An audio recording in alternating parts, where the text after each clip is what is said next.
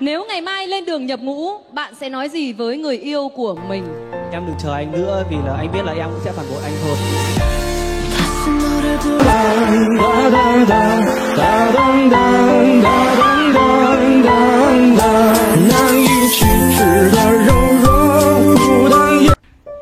Không yêu á thì nói là không yêu, không thích thì cứ nói thẳng là không thích. Tại sao là đến bên cạnh tao, cho tao hy vọng, cho tao kỹ nè. Bà mình cả mét 7, mẹ mình cả mét 6, rửa mà đè mình cao có mét rưỡi, thiệt là vài trước. Chẳng ai yêu mãi một người đâu anh, chẳng ai cứ thương một người vô tư. Trước mặt em, anh là hoàng tử gió. Sau lưng em, anh là hoàng tử mõ. Ông già Noel, ông hãy ban cho con một anh người yêu, để anh lên mang hơi ấm xóa tan không gian buồn hiu. Dù đây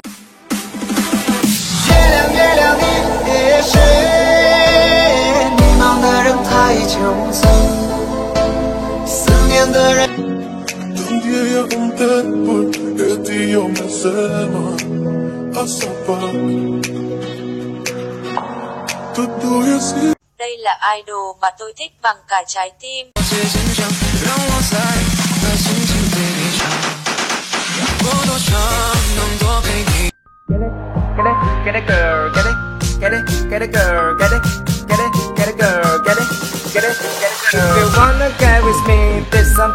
Em à, tuy anh không đẹp trai, không nhà giàu như người ta thiệt, nhưng mà anh cũng có cái này có cái kia với người ta.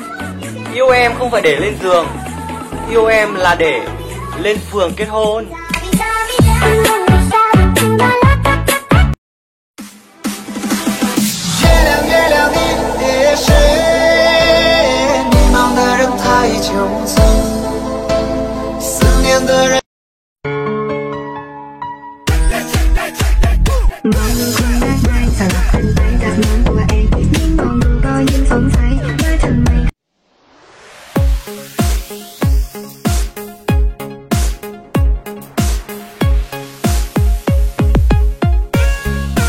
Tao ghét mày, tao giỏi mày, tao hận mày và tao yêu mày.